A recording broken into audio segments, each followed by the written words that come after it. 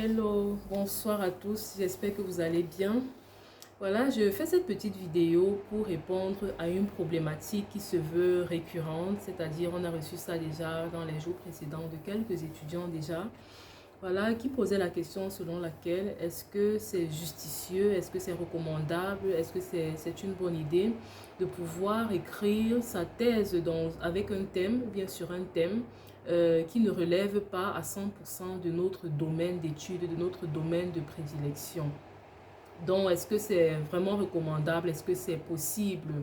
Et beaucoup sont vraiment venus là, vers nous, avec le syndrome de l'imposteur, avec l'idée selon laquelle, voilà, c'était carrément impossible, avec l'idée selon laquelle il fallait, d'une manière ou d'une autre, pouvoir rattraper les 5 années qu'ils n'ont pas eu à faire dans cette filière-là avant de pouvoir oser aborder un thème qui, voilà, qui s'apparente à cette filière-là. Donc, ce que je pense d'abord d'un, c'est que ce soit à l'université, que ce soit dans une firme, si vous avez appliqué, c'est-à-dire si vous avez postulé pour un thème et que l'on vous a retenu, ce que vous devez savoir, c'est que vous en avez la capacité. Si vous avez été retenu pour ce thème-là, c'est que vous en avez la capacité. Et de deux aussi, ce que vous devez savoir, c'est que vous n'avez nul besoin de rattraper, je sais pas moi, 5 ans d'études que vous n'avez pas faites. Voici ce que je pense, voici ce que je peux vous conseiller ou bien vous proposer à ce niveau. Il y a des gens qui ont déjà fait le travail à votre place, c'est-à-dire il y a des synthèses sur des thématiques ou bien sur des filières déjà bien déterminées. Donc lorsque vous avez affaire à un sujet ou bien à un thème qui ne cadre pas à 100% avec votre problématique ou bien avec votre filière d'origine, autant pour moi, ce que moi je vous conseille de faire, c'est de se procurer des synthèses que vous pourrez trouver dans les bibliothèques, dans les librairies et même parfois sur Amazon pour ce qui concerne certaines filières. Donc vous allez prendre les synthèses, ce sont des travaux que des gens ont déjà fait pour vous. Et à partir, avec ces synthèses-là, vous aurez à peu près l'idée générale ou bien le panorama de ce sur quoi la filière porte en grande partie. Donc, lorsque vous aurez déjà ce panorama-là, il vous sera facile maintenant de savoir, ok, dans ce panorama-là, quelle est la théorie, quels sont les concepts, quels sont les théorèmes qui sont intéressants pour moi, qui suis en train de vouloir écrire une thèse sur ce sujet précis. Et lorsque vous aurez ciblé comme ça la théorie ou bien le théorème ou bien, je ne sais pas moi, euh, quelles ressources qui s'appliquent ou bien qui s'apparentent directement à la thèse que vous voulez écrire. À ce moment-là, vous pouvez maintenant chercher les ouvrages originaux qui portent sur ces thèmes-là afin d'aller beaucoup plus en profondeur et de pouvoir tirer quelque chose de bon, quelque chose de consistant, quelque chose de valeureux vraiment pour le contenu de votre thèse. Et ce que je voulais aussi dire en deuxième position, c'est que de nos jours, la technologie, la recherche, je ne sais pas moi, tout ce qui est avancement de technologie, repose aussi sur la capacité de pouvoir avoir un regard neuf sur un sujet bien déterminé.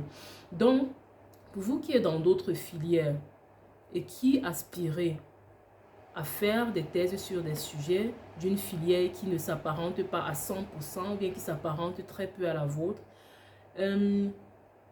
si vous êtes dans ce cas-là, alors vous êtes dans la meilleure position pour pouvoir apporter un regard neuf sur un sujet de recherche.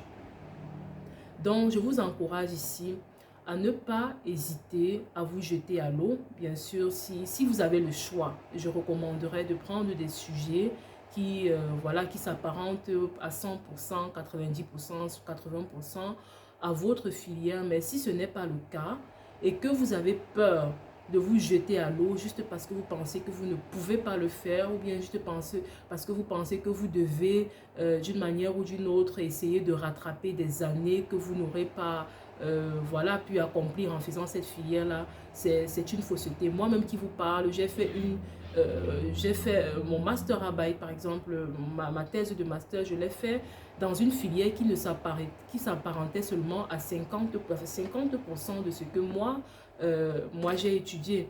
Donc, Je vous encourage à ne pas hésiter à vous lancer à l'eau. Vraiment, si vous le souhaitez, si c'est un thème qui vous plaît, si la seule chose qui vous fait peur, c'est que vous n'avez pas fait cette filière-là, alors détrompez-vous. C'est possible d'apporter un regard neuf, c'est possible de trouver des synthèses très pratiques qui vont vous permettre de comprendre les essentiaux de cette filière-là et de pouvoir vous-même dénicher, ok, dans quelle ligne est-ce que vous vous retrouvez, dans quelle théorie, dans quel théorème, quelles sont les ressources dont vous aurez besoin en ayant ce panorama-là pour pouvoir utiliser au fin de votre thèse en fait.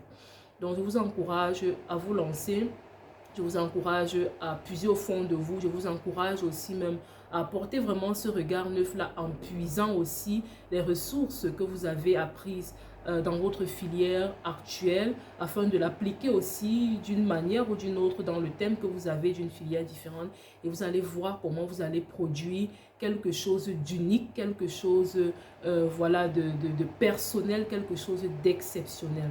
Donc sur ce, je vous souhaite un très bon courage. Je vous souhaite aussi beaucoup de succès pour ceux qui sont en pleine rédaction.